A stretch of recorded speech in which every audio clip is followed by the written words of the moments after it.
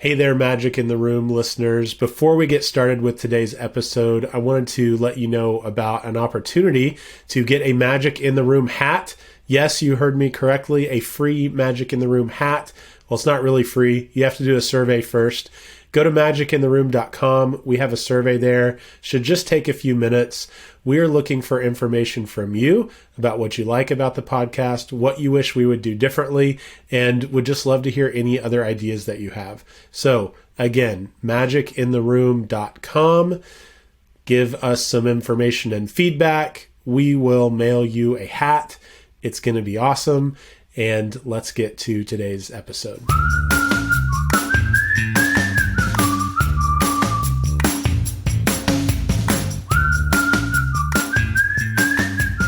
Magic is found in every room where people connect over a shared purpose. In this weekly podcast, Luke, Hannah, and Chris explore the role of purpose, courage, mindset, and culture in every leader's quest for transformational performance. Hello and welcome to the Magic in the Room podcast. I am Hannah Bratterud. And I'm Chris Province. And today I am really excited. We are joined by Chan Hellman. Chan, how are you today? Good. Thank you. Awesome. Thank you so much for being here. I know this is like the last day of a sabbatical for you. So to have you here with us, it's just powerful. So thank you. For our listeners, Chan is a professor of social work at the University of Oklahoma, and he's director of the Hope Research Center. Just an incredible researcher, an author. He's written over 100 publications. He presents at national and international conferences, so he's well-traveled on the topic. I think he's definitely an authority of what we're talking about today. But Chan's research is focused on hope and psychological strength, helping both children and adults overcome trauma and adversity. And I'm just really looking forward to getting into a lot of that. But something really exciting. You just published a new book called Hope Rising, How the Science of Hope Can Change Your Life. And you have a co-author on that with Casey Gwen, published by Morgan James. So what a wonderful accomplishment. And I'd love to pull some thread on that. Like, as an accomplished author, like, how does it feel to wrap that process? I will tell you, the writing a book was one of the hardest things professionally I've ever done, because it was very important to me that we take the science, which is what I'd been focused on for the past 15 years and all of the other scientific publications. But I'm absolutely committed to developing strategies that make these simple concepts accessible to parents, to teachers, coaches, other individuals. You don't have to be a therapist with complex systems. And so for me, it was really important. And the last part of the definition, the last part of the title, how the science of hope can change your life was sort of my contribution to the idea of this is the science, and it's the single best predictor of well-being. That's awesome. The single best predictor of well-being. That's what we get to talk about today. I love it. Awesome. Well, we, staying with our tradition, every episode we start with a question of the day. So our question for today is, what are you working on getting better at? Oh man, everything. Right. Myself, living, life. I'm getting better at life. I'm working on it every day. Do you want your letter grade for last year? Well, I hope that it will be not as good as my letter grade for this year. Right, there you go. And that my letter grade for next year will be even better than the one this year. So that's really, growth mindset, and we're constantly working at getting better. But the specific thing, and our listeners, if you've listened for a while, you know this about me. I'm working at getting better at running, always. And lately, I've felt a little disenchanted with running. And that's a departure, because every episode I talk about how much I love running and how important running's become in my life. And I've just kind of struggled with it a little bit. It's almost as if I've lost hope. And I didn't say that just because we have Dr. Hellman here today, but really that's how I've felt lately about running. So I'm really excited about this episode to learn how hope can be part of our strategy when we're working at getting better at something, whether it's running or leadership or any of the things that we engage in our work and our lives. I do have a race coming up next weekend as my birthday weekend, and I'm going to do a 15K trail race, and I have not been running very consistently this last month, so a little nervous about it. Right.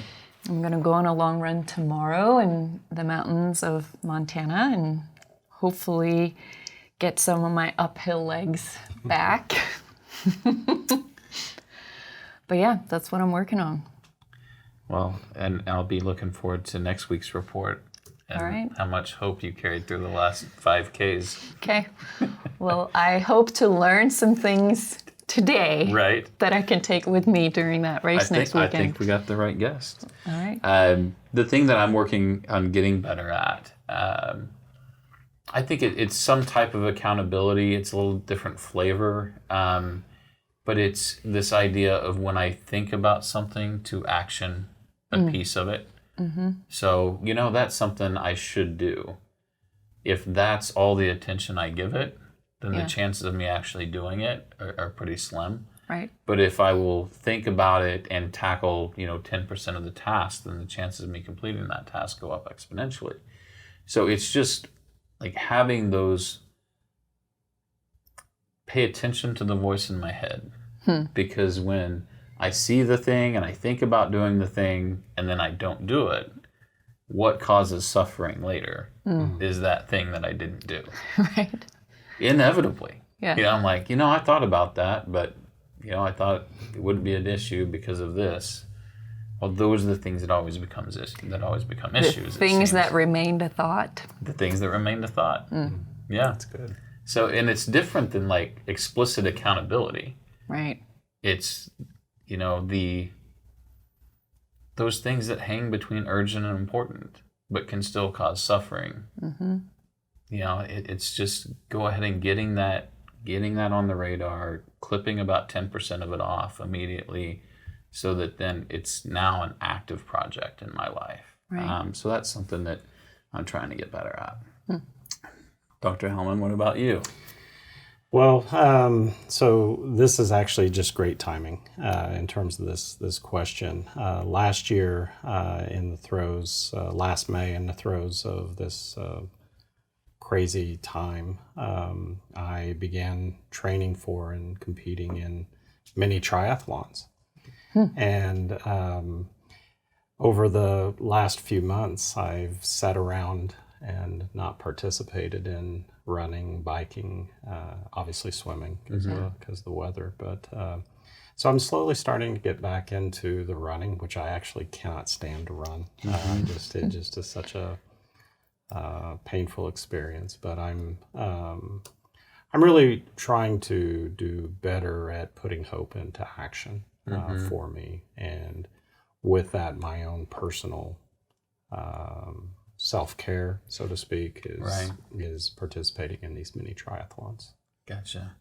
So now you say mini triathlon. For those of us that aren't previously exposed to what that means, explain what mini means. Sure. So a couple different names. I use just the mini triathlon to really highlight the fact that it's not the Ironman or other types of long events. Many triathlons range in distance, and so the minimum distance, which is what I participated in last summer, is a 1/4 mile swim, 12 to 15 mile bike ride, and a 5K.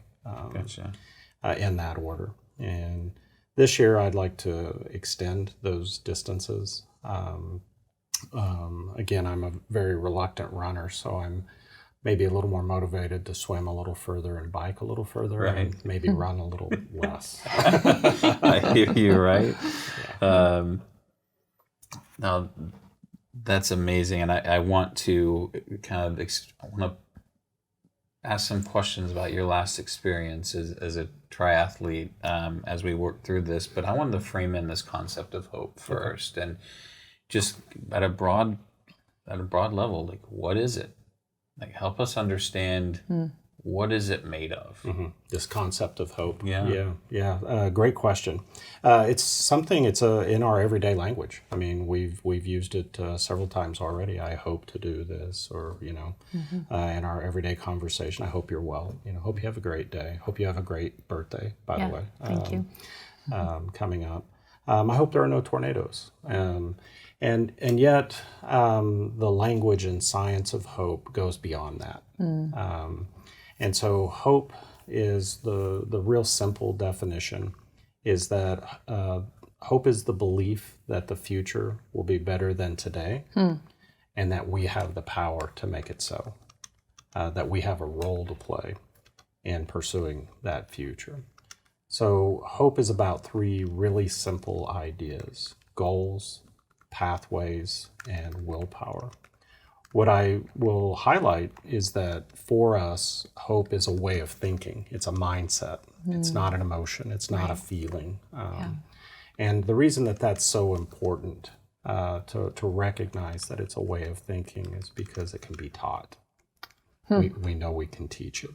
If hope was a feeling, if it was an emotion, we could help people manage it, at best.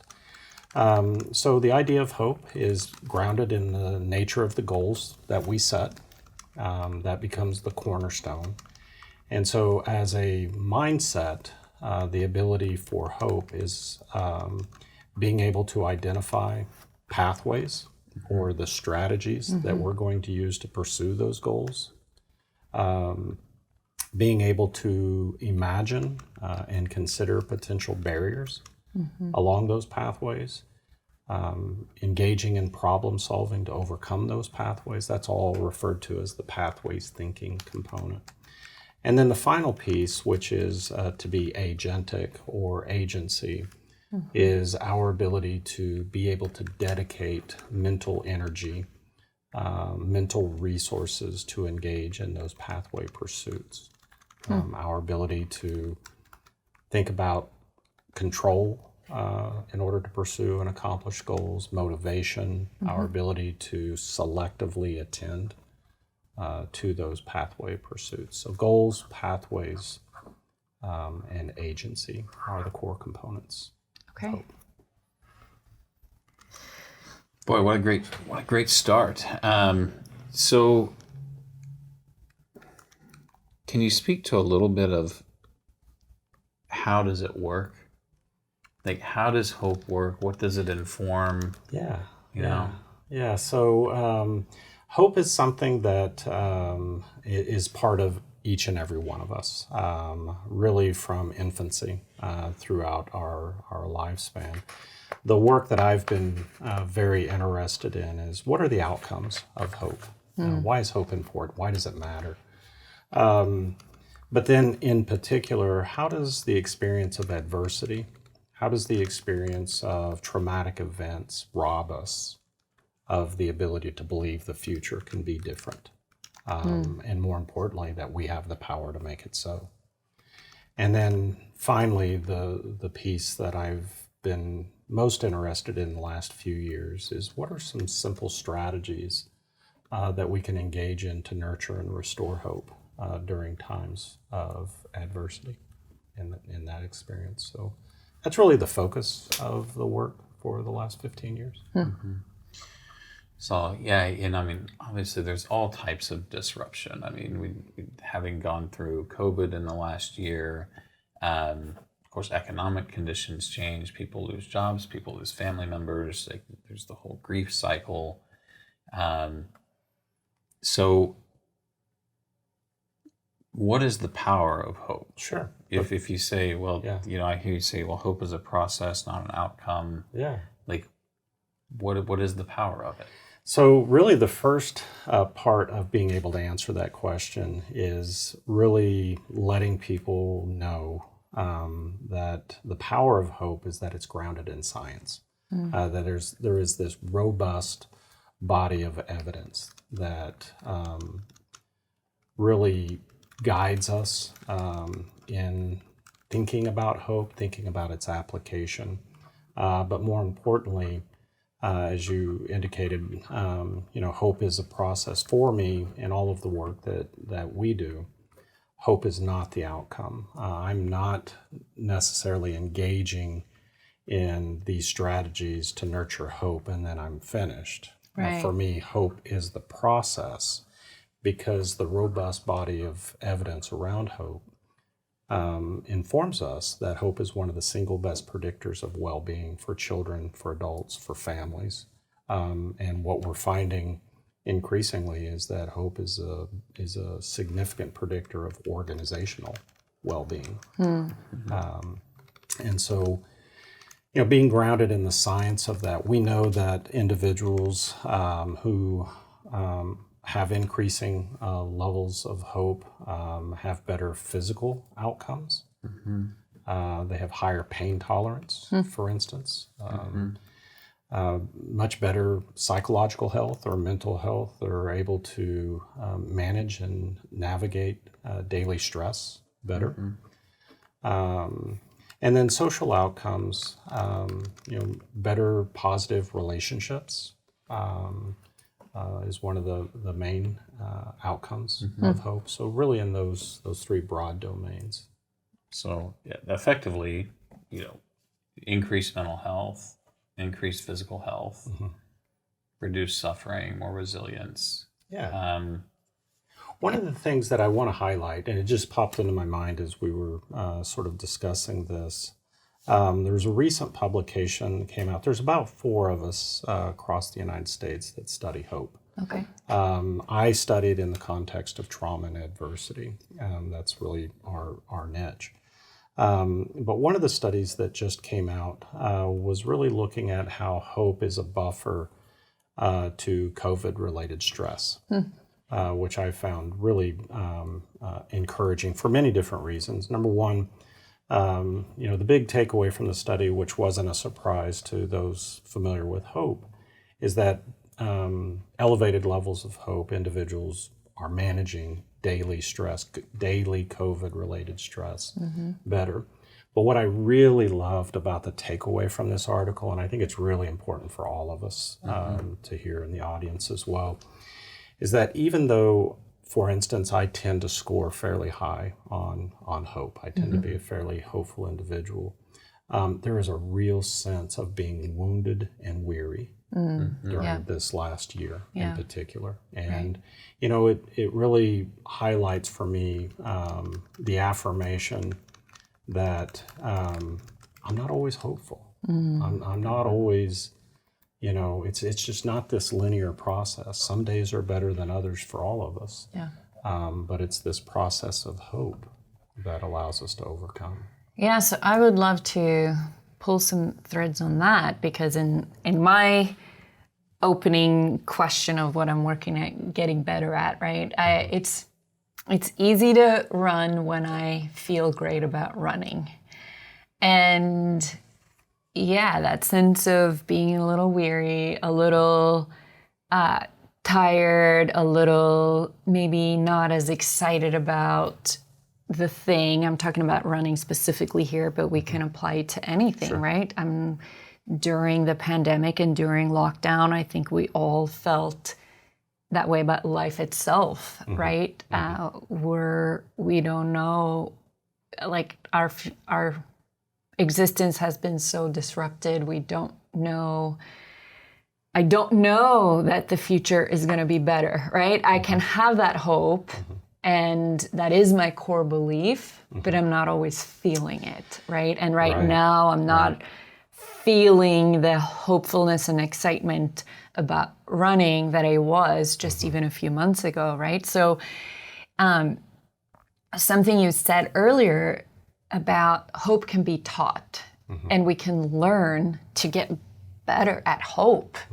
That was like a mind-blowing idea to me. Yeah. So talk to us a little bit more about that. Yeah, so let's put it in this context of what this last year has been like. When we're all experiencing adversity, some of us in different ways, losing jobs, kids being home from school, disruption, and all of that.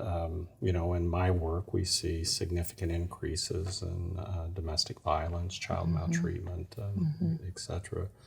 But here's one of the things that we've learned in this research is that when we're experiencing adversity and stress, it influences the nature of the goals we set. So what happens is when the pandemic first hit, for instance, think about how each of us responded in this fashion, because we've got this fear, this uncertainty. Every day seems to be a different day with different information and so forth. And so when we're in this presence of adversity and stress, we are much more likely to set goals that are avoidant in nature. And so when we set this goal that is about avoiding some event from occurring, it influences the way we think about how to get there, that pathways component.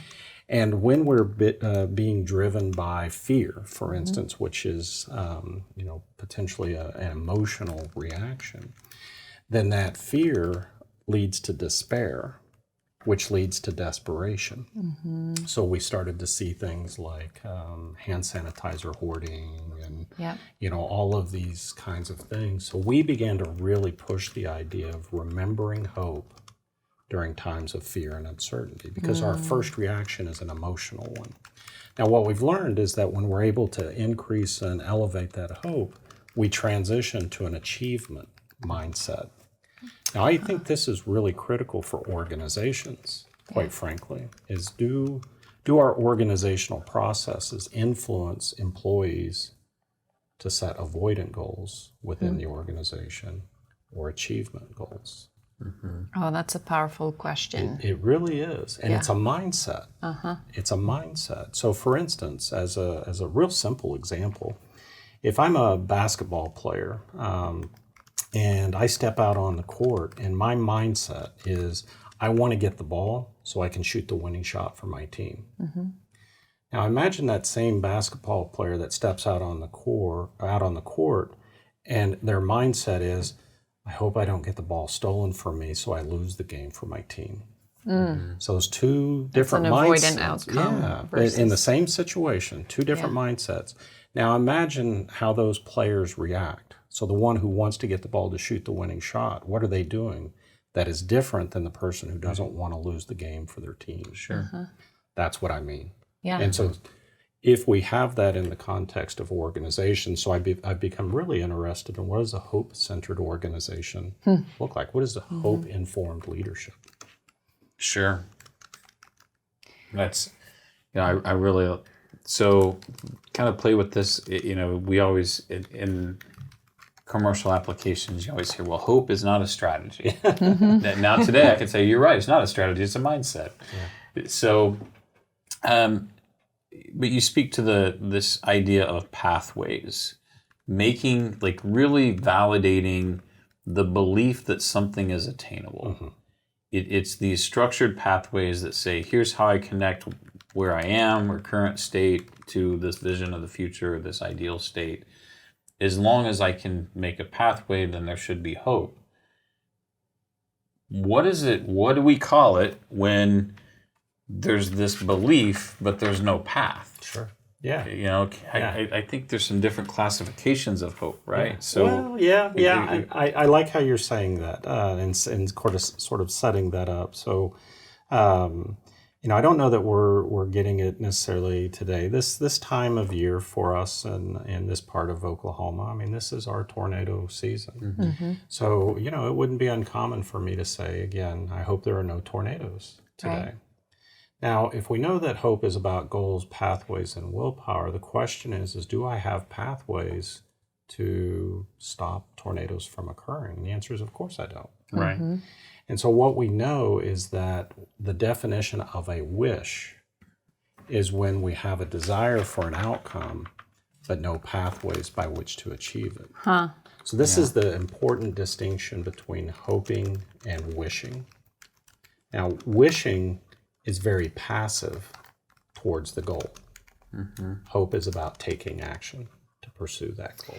That's the distinction. Interesting. Yeah. So when we talk about wishful thinking, it's really a desire without any clear path Right. to meet it. And I've heard, I mean, there's even a book called Hope is Not a Strategy. It's often, I do a lot of sales training. My background is in sales, and that line was brought up frequently. Right. Hope is not a strategy.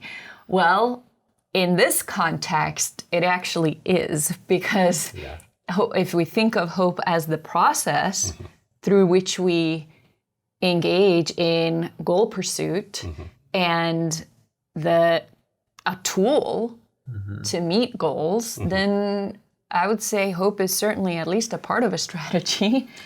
Yeah, very much so. And I hear this term, hope is not a strategy. It's not uncommon statement. I will tell you that the work that I've done with law enforcement, for instance, the work we've done with the Department of Defense, the U.S. military, it's a fairly common statement, and rightfully so.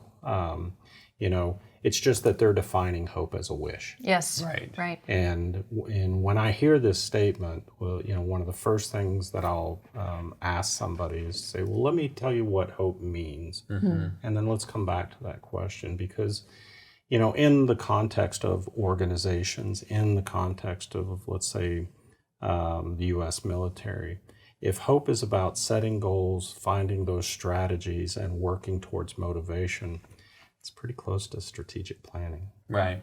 That's kind of where I was going. It's like hope is not a strategy, but instilling hope or igniting hope is for sure strategic. That's right. Yeah. Because there has to be belief in that pathway. And I want to ask about a couple particulars. I'm going to tap into some of your org design background on this, but you spoke to adversity and stress changing the nature of goals that we set, and the effect of avoidant goals. Like when we have avoidant goals, there's this process of fear that can ultimately lead to desperation. Like if we were to put that particular idea, like let's talk about incentive-based compensation for a moment, and the idea of like heavy bonuses.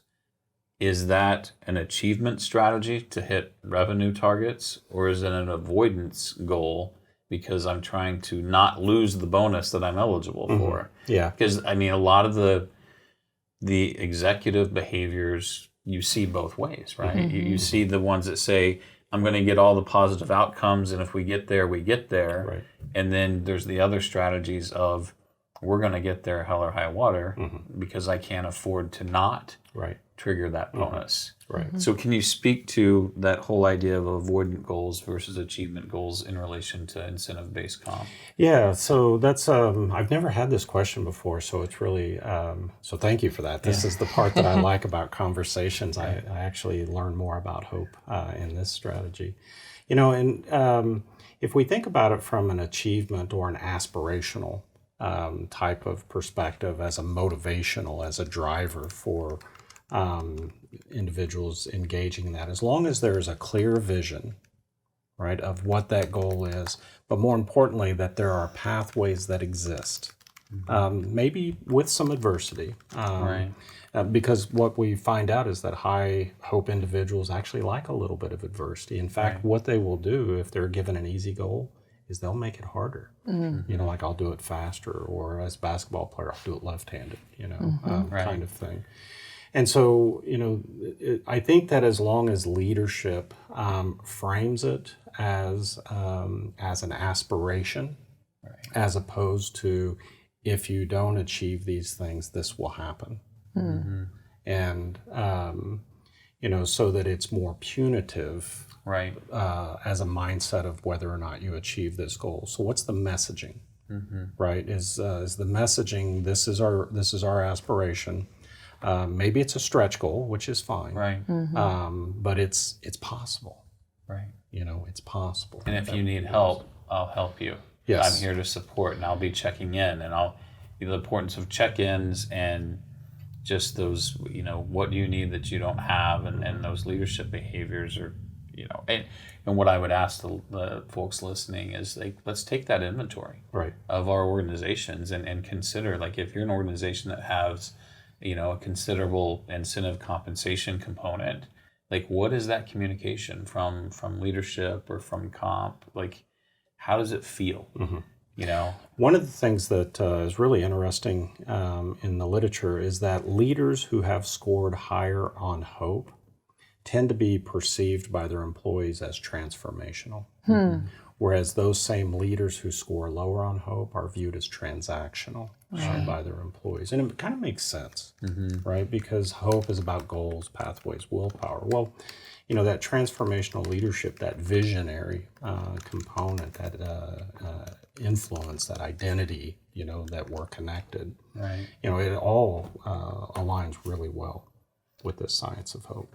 And we love to talk about purpose and identity. So can you speak to the role of purpose and its interplay with hope? Sure. Yeah. So one of the things that is very consistent in the literature is that individuals who tend to be more hopeful find purpose and meaning in their life, in their experiences, even in the presence of trauma and adversity. For instance, I was homeless throughout high school, and while I wouldn't wish that on anybody, and I wish I hadn't experienced those things, those experiences have helped me become the person that I am today, and that gives hope meaning. So that purpose of who I am and why I'm here and what my role is in my community is very important. It's a very consistent research finding that we tend to see much higher meaningfulness in work, meaningfulness in family, meaningfulness in relationship that drives that purpose. Sure. Wow.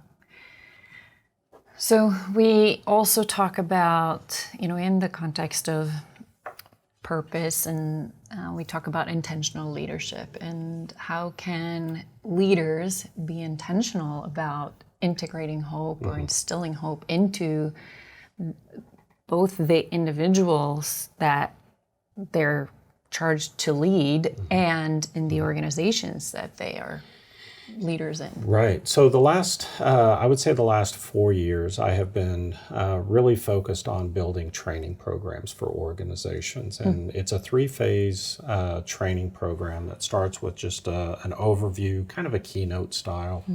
And I'll kind of, as a professor, what we learn is that we don't answer your questions directly, right? We're going to pontificate for a while. Sure. I'll try to do it quickly, though. We all do it.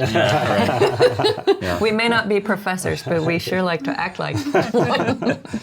Well, so, the idea is to really create an awareness and understanding of this language of hope and the science and power of hope.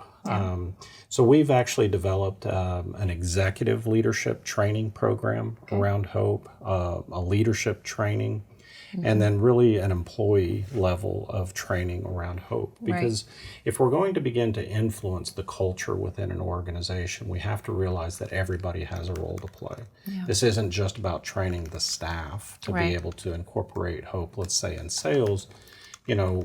One application of that would be to recognize that my potential customers all have goals. I'm a pathway to helping them achieve that goal through this product line. That's a really interesting and potentially important conversation. But if leadership up the line isn't prepared to support that philosophically, so that's the idea of this training. So staff direct contact with customers. That's the way we train it. Is how does this play out in the work that you do? With that sort of frontline and mid-level management, it's really much more about not the customers, but the staff. What is hope-informed leadership when it comes to working with staff? I think it was Napoleon who even made the statement, right? The role of leadership is to instill hope. Wow. And then at the executive level, it's really creating that vision, really creating, this framework about what we are. So for me, that's why it's so important for organizations to consider that this key philosophy describes who you are, the purpose, and what you do. Sure. And if it can become a valued concept, because the science is good, we see significant, employees with higher levels of hope have significantly lower burnout, significantly lower turnover, higher performance in the workplace. We've published research showing that, individuals who are exposed to the trauma of others, first responders, for instance, physicians, we find that it's this idea called secondary traumatic stress. Right. This vicarious trauma that we, inherit through our empathy with others, begins to take a personal toll. But what we've found is that the connection between that secondary traumatic stress and burnout disappears when we introduce hope. Wow, that's so amazing. And I mean, I think on the face of it, it makes a ton of sense, right? What you're saying, and it's exciting to know that there's science and research to back that up, because, I mean, if I do believe that the future will be better than today, and that I have the power to do something about it and to make it so, then I'm not going to experience as much burnout, because I know that there will be an end to the suffering, because the future will be better. That's right. I think that's maybe scratching at the role of suffering and adversity. I tend to look at adversity as positive because it's what makes us better. But it's in the context of, if I can see adversity and experience suffering and know that this too shall pass, the future will be better, and I have agency, I can be an active participant in changing my circumstance, ending the suffering, minimizing it, alleviating the pain. We talk about alleviating pain and sales, and I thought that was really interesting too, the door you opened up there about how sales can be a hope strategy if you can help your customers have more hope because of the product or the service that you're going to provide is going to help improve their lives in some way. That's right. This is really powerful stuff. I think it's so interesting because it ties together a lot of the concepts that we talk about a lot, right? Yeah, and I wanted to, spend another moment in the weeds, and then I'll pull us out. But, I think about that supervisor relationship being the mediating, really being the mediating factor. Our relationship with our direct supervisor. Right. So our relationship as a team member to our direct supervisor, or the person that we report to, it has such a mediating effect on our performance and our engagement with the organization. But I'd love your feedback on this, because we believe a best practice for career development and performance management is essentially for the director and the subordinate to reverse roles, where the person that's the team member is saying, here's where I want to go, understanding where the organization's purpose, here's the things that I believe I can contribute, and here's the things I need from you, Mr. Director, that can help me accomplish exactly these things. Right. And then you're able to feed that back and say, hey, I love where your head's at. I love the character that you're displaying. You're concerned for the organization. If we nudge this a little bit, let's try to get this too. Like, if you want to be greedy because you're the director and you want to stretch us out, let's go. But the director assumes this idea of, I'm here to support you, make sure you have high quality resource and responsiveness in your growth and maturity in your career within this organization. There's a lot of reluctance in the market to accept that as a best practice, because we've just done it the other way for so long. Right. Like, you're a 5 or you're a 3, and all the broken shit that comes with that, But can you speak to kind of inverting that relationship for for career development or performance management, and how the hope dynamics can change when we do that. Great timing. We've actually worked with about 3 organizations on this exact issue. One is a district attorney's office in the state of Washington with all of, imagine this, right? Imagine employing hope to a bunch of assistant district attorneys whose role it is to put people in prison, right? Wow. Or jail. Yeah. And then a couple of other organizations that are doing really amazing work. And so, we start to talk about this idea of goal alignment, right? That the goals of the employee, are they aligned with the goals of the organization? And so what we've done is we've created this sort of hope-centered performance appraisal process, for lack of a better word. And it was this frustration with circling a number. Yeah. Because, I might feel like you've done a 5 and somebody beside me as a supervisor says, well, nobody's a 5. Right. So, there's no consistency, right. in all of that. So here's a really simple example. Let's say that my goal is to get my teenage son, and by the way, my kids are in their 30s, so this is a true hypothetical. Yeah. Right. Let's say that my goal is to get my teenage son to mow the yard. Now, my teenage son does not share that goal.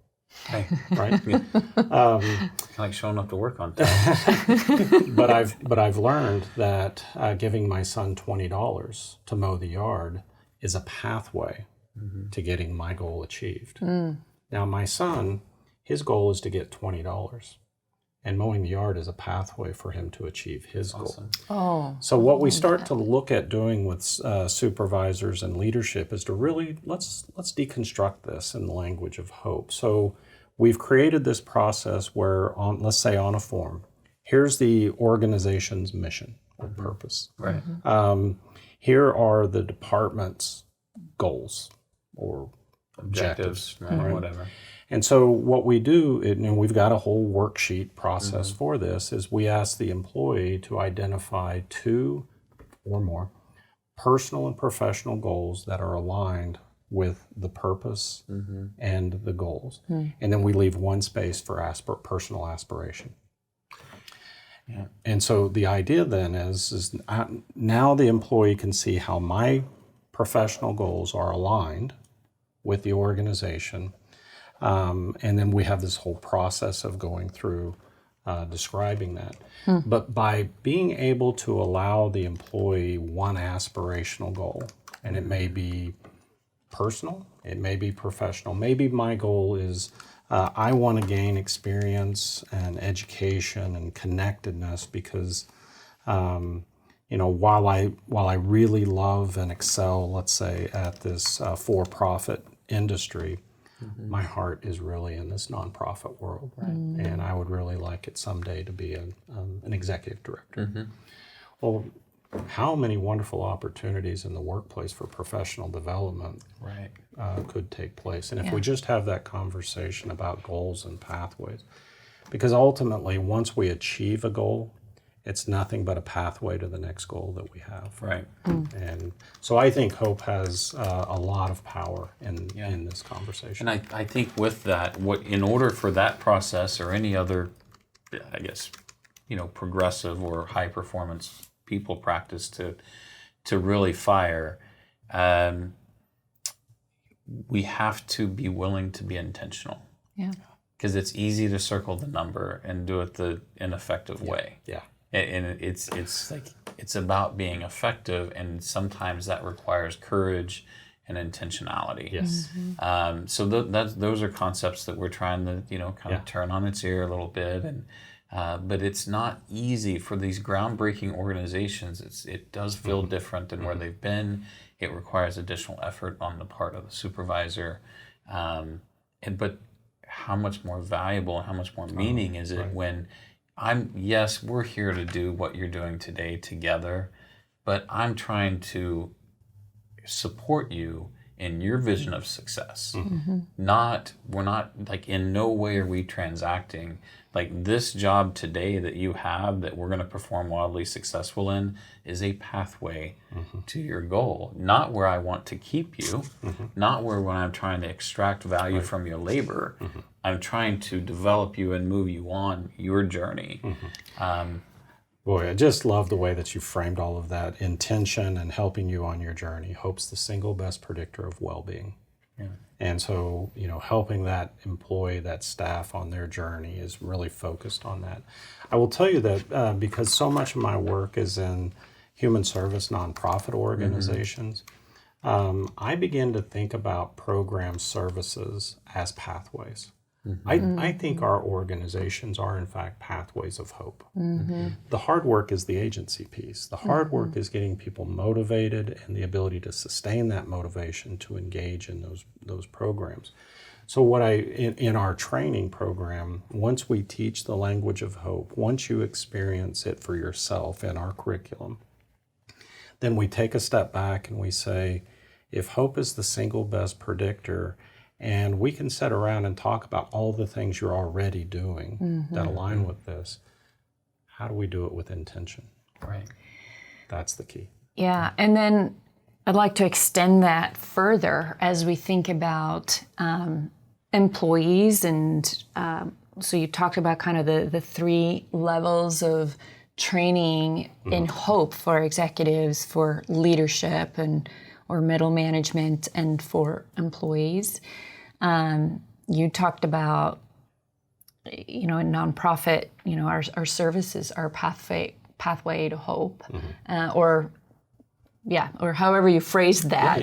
Yeah, you got it. I think about it in terms of, the lifeblood or even the heartbeat of any organization, of a for-profit company, is its customers. So if we can take that same approach, because what we've learned about transformational leadership, it also is true for the transformational consumer. There's a really interesting book by Tara Nicole. I'm blanking on her name right now, but it'll come to me. But it's called The Transformational Consumer. And it's really about, what is it that customers really want? Well, it's what all people want, right? We want transformation in some way, right? We want to be healthier, wealthier, or wiser. Somewhere along those lines lie our goals.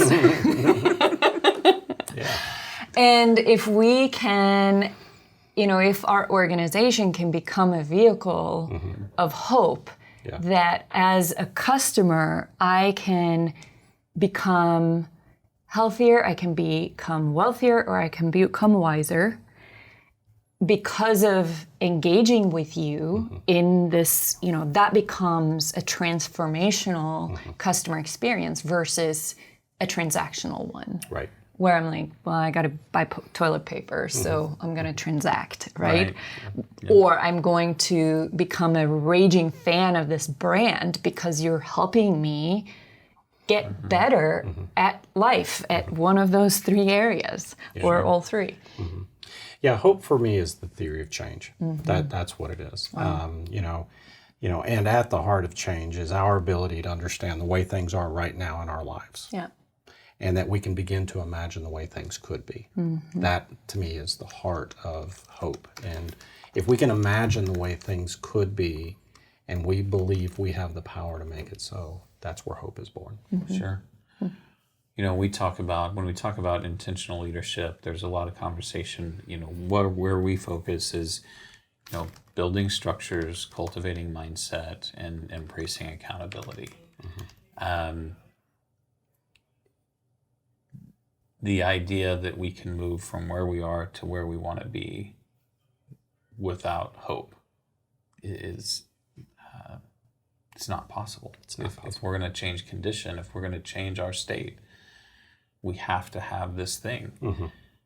But I want to talk for a moment about like under-resourced communities or environments where it's hard to find it. our organization does work in the arena of sex trafficking and are involved with some wonderful boards and organizations, and that anywhere there's like a lack of resource, there tends to be a lack of hope. Right. So talk to me a little bit about the work of Hope Research Center, about your work and how we find or instill or ignite or activate hope within those places. Sure. So, I love the question, and I do get it quite frequently. Almost every formal presentation that I give, this will eventually surface. So, let's talk about it structurally first. Especially in this time, really pronounced over the last year. Earlier this week, I did a keynote for judges in the state of Washington, and it was a recognition of the year anniversary of George Floyd. And so it was very pronounced in this law enforcement, community. Yeah.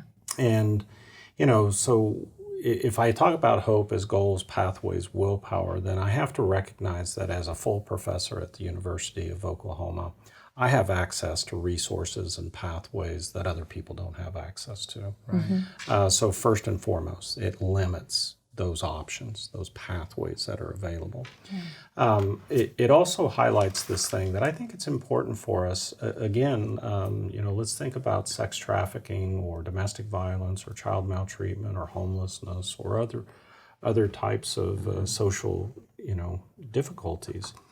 And, one of the common phrases that we have as a society is where there's a will, there's a way.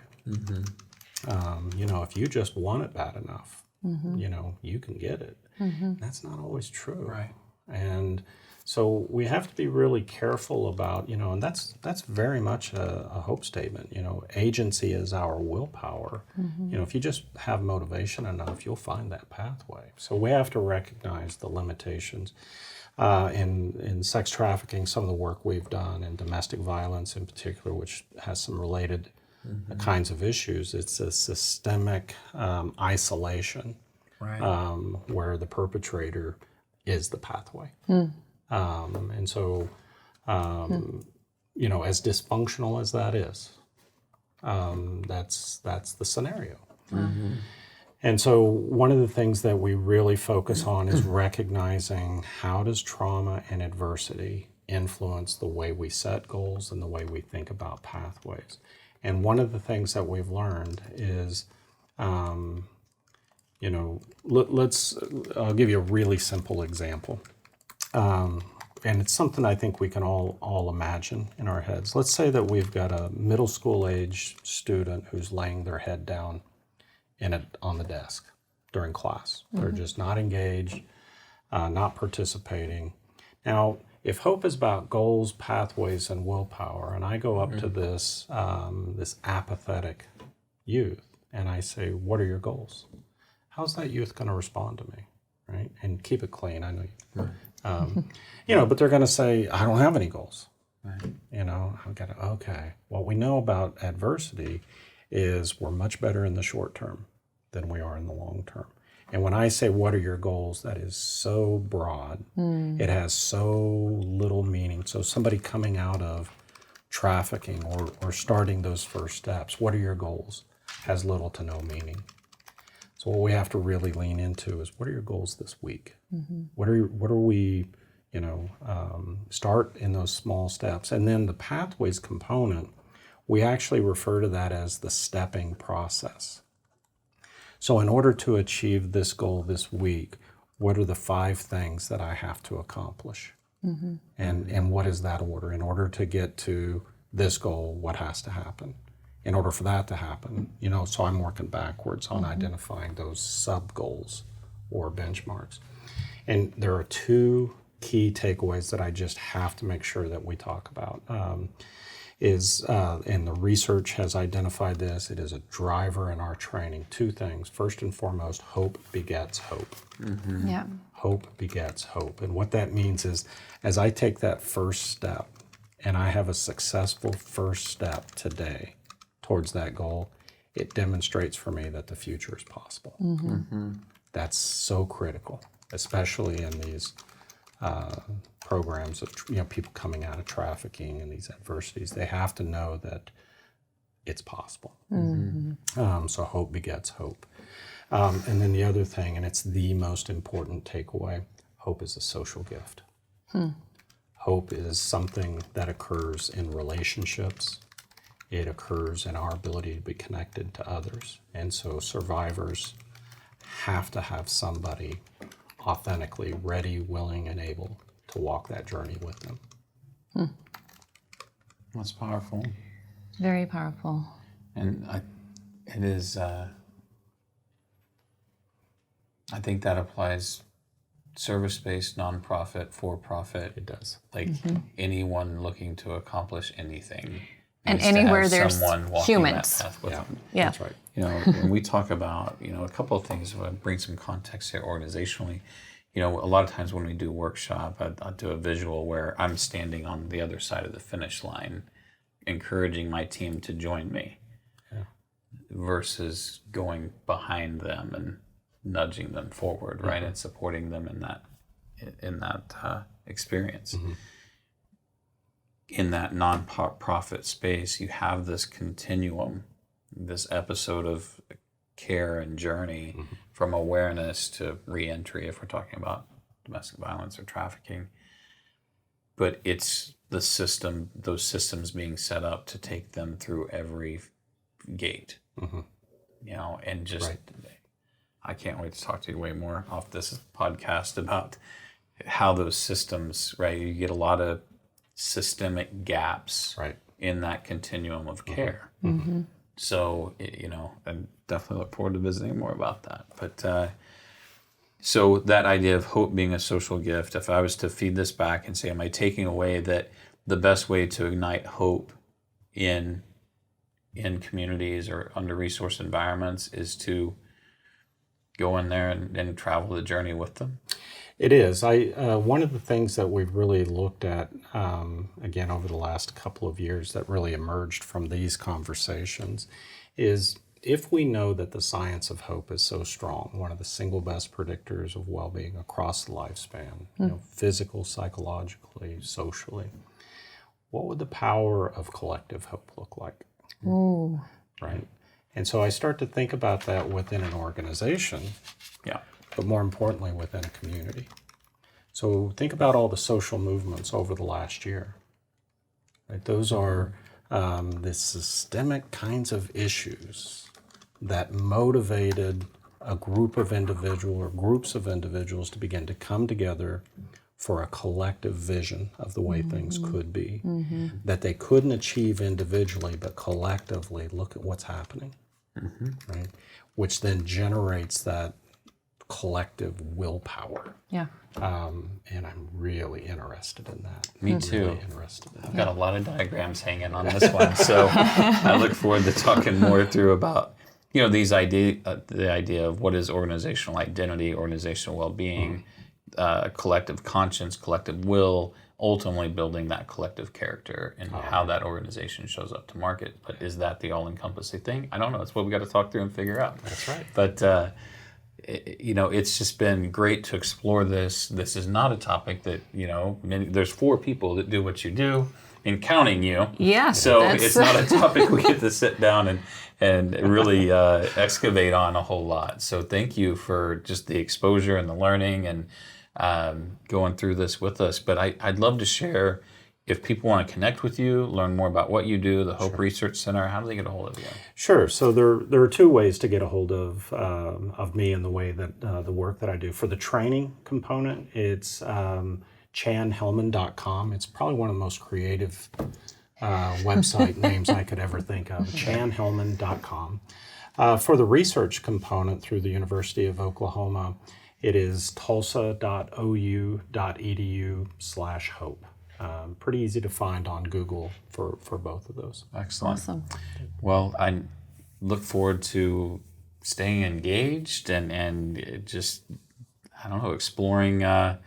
exploring our learnings together. And thank you so much for contributing to our community and sharing what you know with the courageous leaders that are listening out there.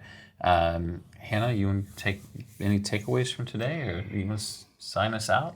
Yeah, I mean, just this was such a enriching conversation. I certainly learned a lot. I learned, first of all, that hope can be learned. And I learned that hope is the belief that the future will be better than today and that I have the power to make it so. And I think in all of the work that we do with leaders, this is going to become part of the way we teach intentional leadership and how leadership can be intentional in terms of instilling hope and teaching hope, and just recognizing, how we break down hope in terms of goals, pathways, and agency or willpower. I feel like this is almost like a little bit of a missing link to some of the work that we've been doing and helps pull some of the framework together. So looking forward to many more conversations. And for all of you out there listening, you can learn more about the work that we do at Purpose and Performance Group by visiting our website, purposeandperformancegroup.com. You can find us on LinkedIn, on Facebook, any of the social media outlets. Please join our Facebook community where we share a lot of the science of leadership, and we'll be sure to engage with some of Dr. Hellman's content as well. Yeah. Thank you, Hannah. Thank you, everyone, for listening. Thank you, Chan, for joining us. Until next time, have a great day. Hey, everybody. Luke here again. Thanks for listening to today's episode. Just wanted to remind you again that there's an opportunity for you to get a free Magic in the Room hat if you go to magicintheroom.com and complete a survey to help us make this podcast better for you. That's what we want to do. So go and enter some information, including your address, and we will send you that hat, and are really excited to hear what feedback you have for us. Hope that you have a great day and that you can go out there as a courageous leader and make some magic in your own rooms that you're a part of. We'll talk to you later.